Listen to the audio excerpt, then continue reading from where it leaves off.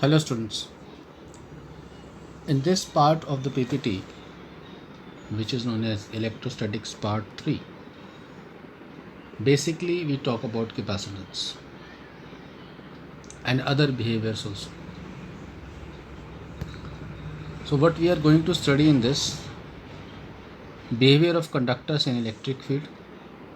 Electrostatic field means electrical capacitance, principle of capacitance, capacitance of a parallel plate capacitor, and of course we talk about series and parallel combination of capacitors. Now first we talk about behavior of conductors in the electrostatic field. If you talk about the behavior, so first thing which comes in mind is net electric field inside the interior of a conductor is zero. It means the electric field line can pass from the outer region of a conductor if charge is not placed inside it. Remember one thing. Then no electric lines of forces will enter inside it. Very important behavior. You can see one here body which is under two plates, positive and negatively charged. Electric lines of forces are moving from positive charge to the negative charge. Positive plate to the negative plate, you can see.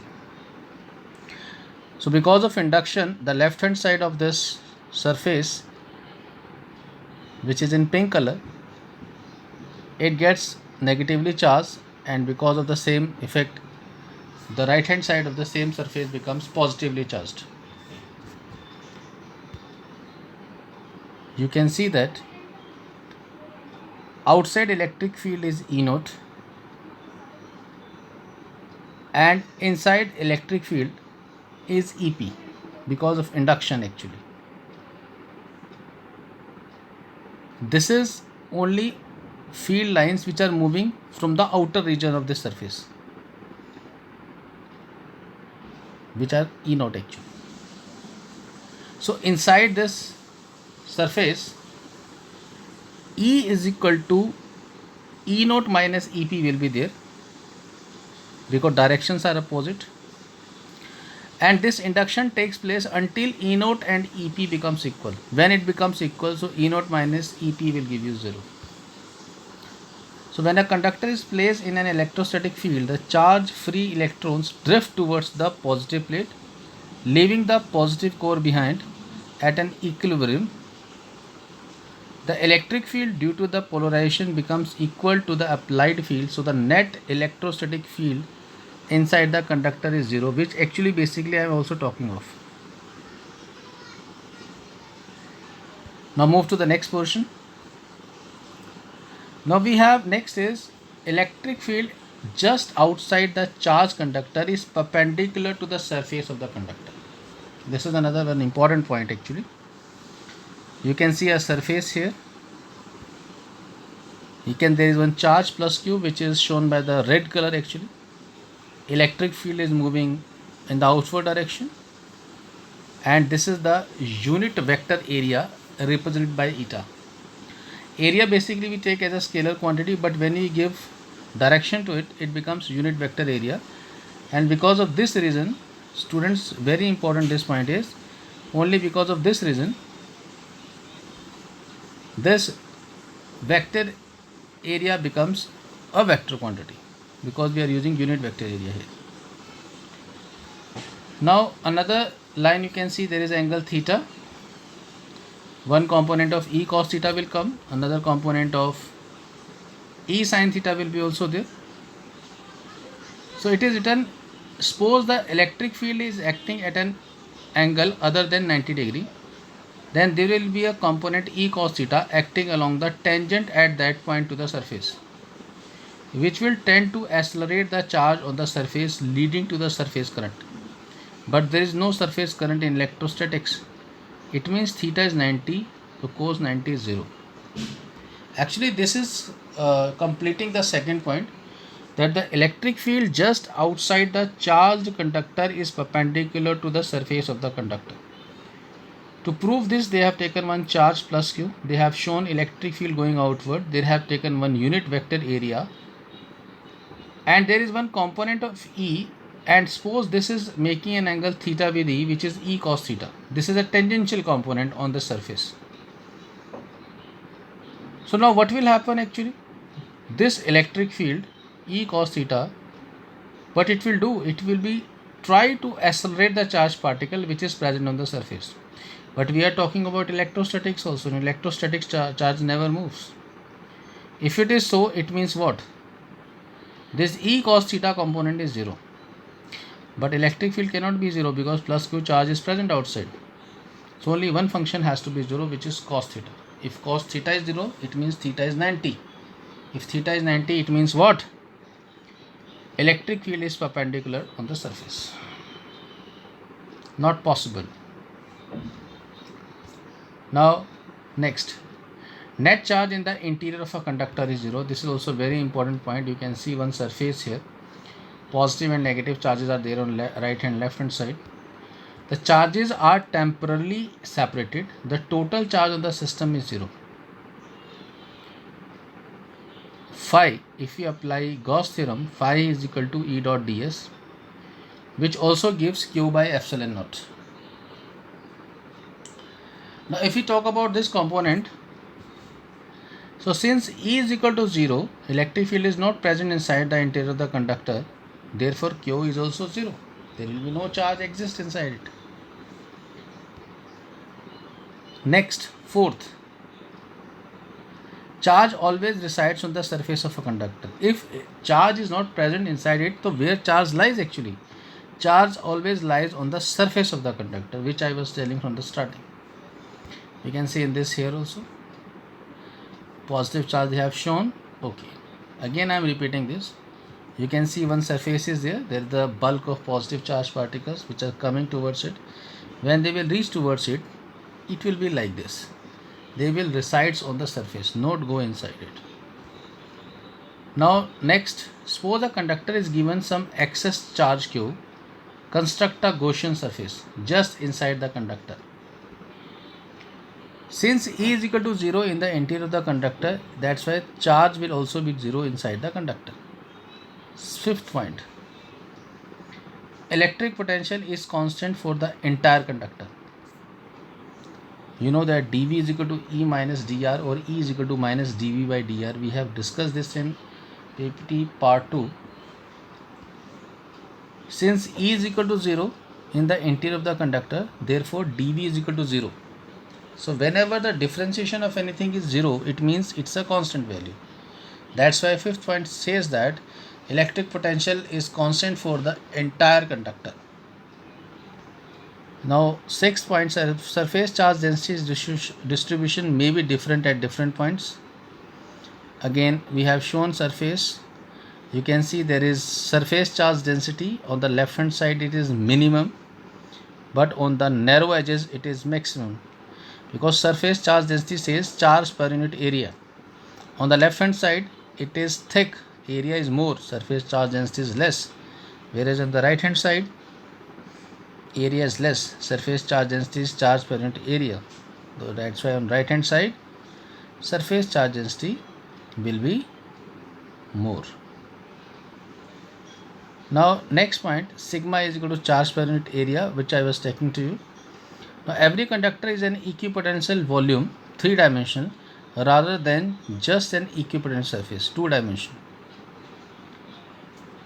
It says what? Every conductor, if you talk about any conductor in an equipotential volume, 3-dimensional, it is a 3-dimensional equipotential volume it carries actually. But if you talk about equipotential surface, it is a surface, that's why it is only under 2 dimensions. Now we talk about electrical capacitance. What it says, the measure of the ability of a conductor to store charge is known as capacitance or capacity. Clear? It means if any conductor which can store the charge, flow of charge and storage of charge both are different. We say if it stores the charge, it is known as capacitance. The amount of charge stored inside the conductor or capacitor is Q is charge is directly proportional to voltage across it. If we remove the proportionality sign, we get Q is equal to C into V, where C is the capacity of the capacitor, V is voltage and Q is charge. Or C is equal to Q by V. Students, the unit of capacitance is farad. So if V is equal to 1 volt, then C is equal to Q. That means if we apply 1 volt, then whatever the charge will be stored, it will be equal to the capacity of the capacitor. The capacitance of a conductor is defined as the charge required to raise its potential through 1 volt or 1 unit.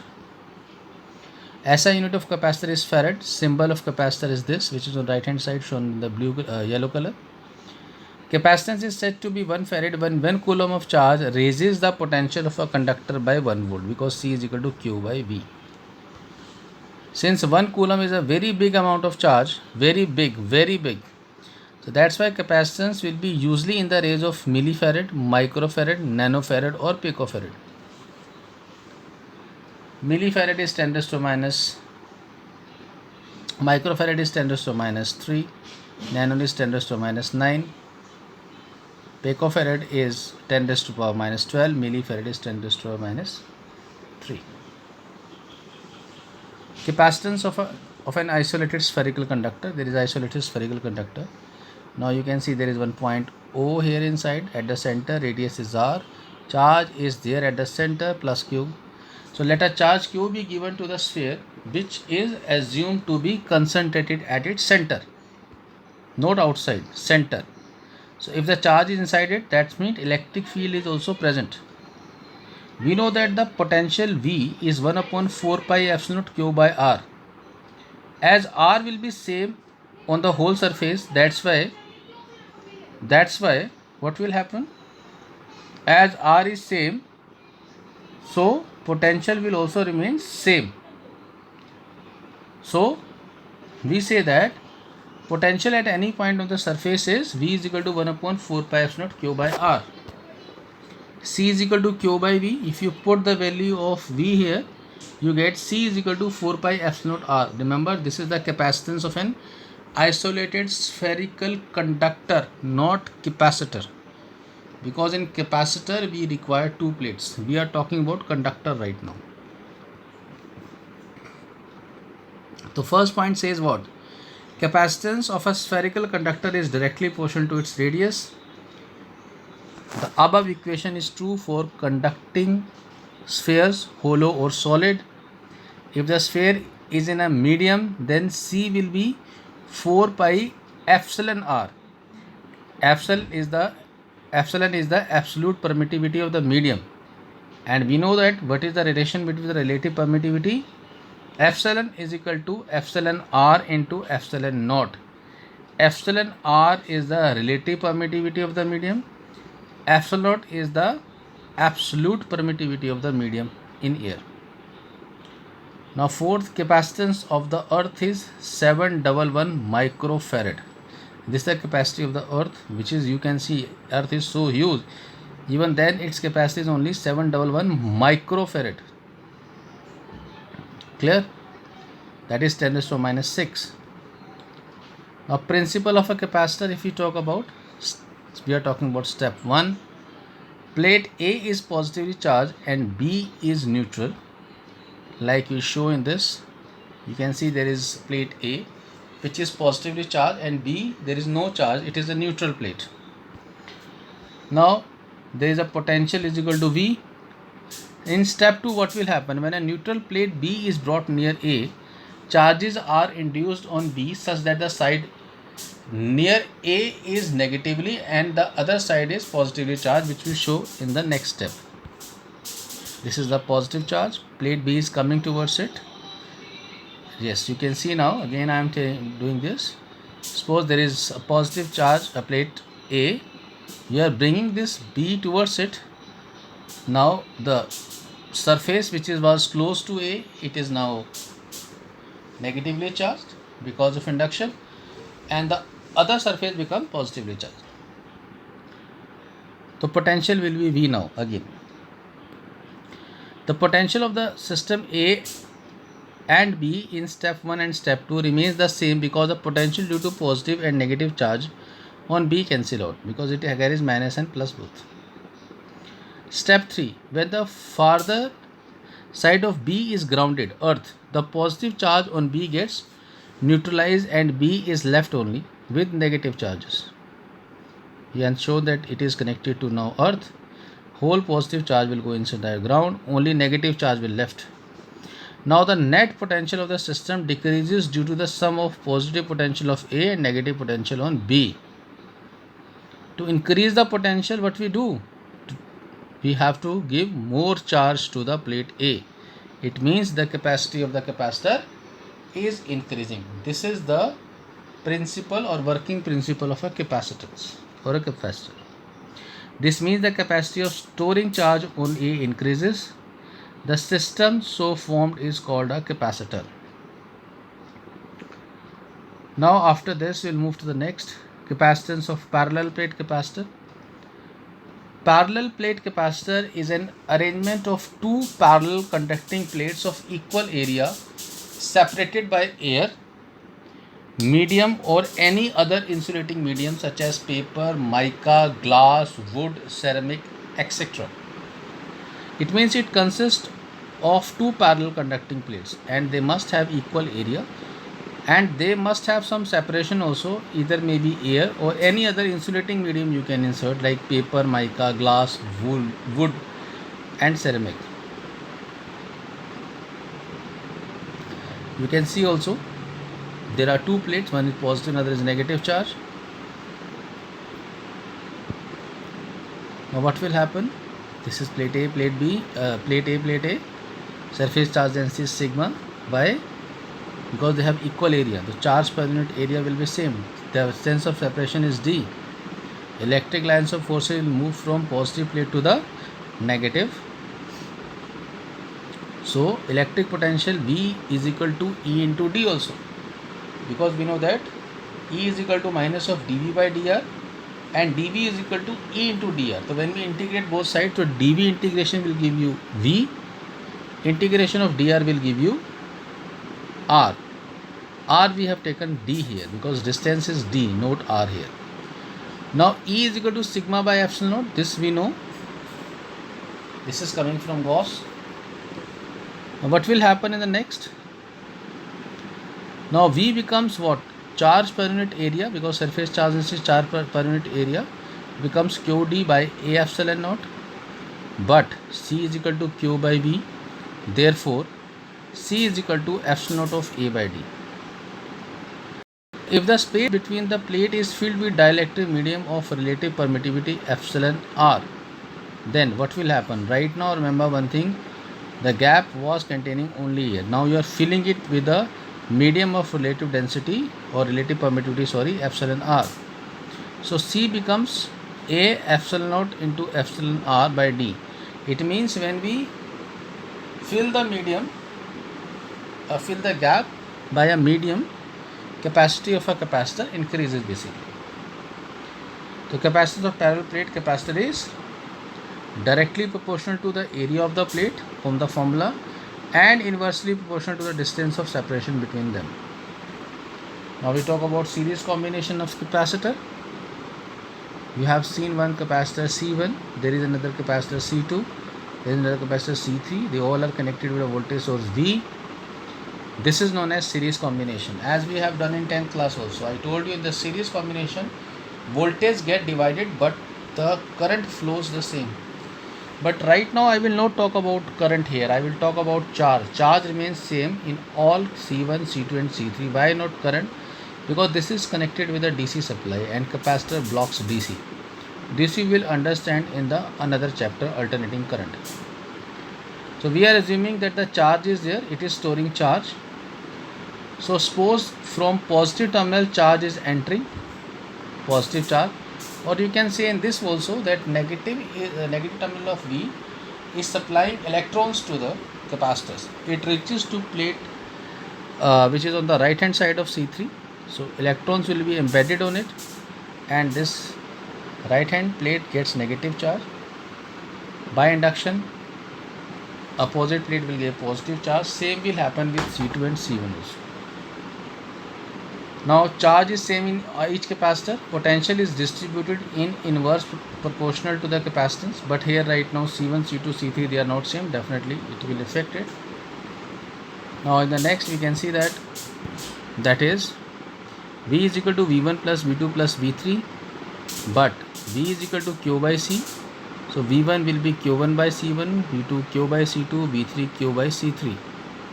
Therefore we write Q by C is equal to Q by C1 plus Q by C2 plus Q by C3. Q and Q will cancel from both sides, and what we get actually, we get 1 upon C is equal to 1 upon C1 plus 1 upon C2 plus 1 upon C3. This is the series combination of a capacitor. So we can also write 1 upon C is equal to summation of I is equal to 1 to N 1 upon Ci. If you put I1, it becomes 1 upon C1. If you put I2 and 1, then it will be 1 upon C1 plus 1 upon C2 and so on. The reciprocal of the effective capacitance is the sum of the reciprocal of the individual capacitance. Note, the effective capacitance in series combination is less than the least of all the individual capacitance. It means if you measure the value of C, you will find it will be less than the value of C1, it will be less than C2 and less than C3 also. Now parallel combination, you can see they are connected in parallel 3 like this. Now the charges will be distributed differently, but the voltage remains same. You can see the polarity also. All left hand side are positive or right hand side are negative. In parallel combination, potential is same, but charge will be distributed directly proportional to the capacitance or capacities. That is, now Q is equal to Q1 plus Q2 plus Q3. What is Q? Q is CV. So Q is equal to CV. Q1 will be C1V, Q2 will be C2V, and Q3 will be C3V, as we can see here again. So we will put the value of K, Q1, Q2, Q3. We will get this value. Now C is the equivalent capacitance when they are connected in parallel. V will cancel out and you get what? C is equal to C1 plus C2 plus C3 like this. So C is again I is equal to 1 to N. If you put the value 1, 2, 3 like this, they all will be added up. So the effective capacitance is the sum of the individual capacitance. The effective capacitance is in parallel combination is larger than the largest of all the individual capacitance. That means if you calculate the value of C, it is going to be more than C1, C2, C3. Obvious, it will be more. So this is the end of slide now. We have done till the combination of the capacitance. In PPT 4, we will move forward for the capacitance. Thank you, students.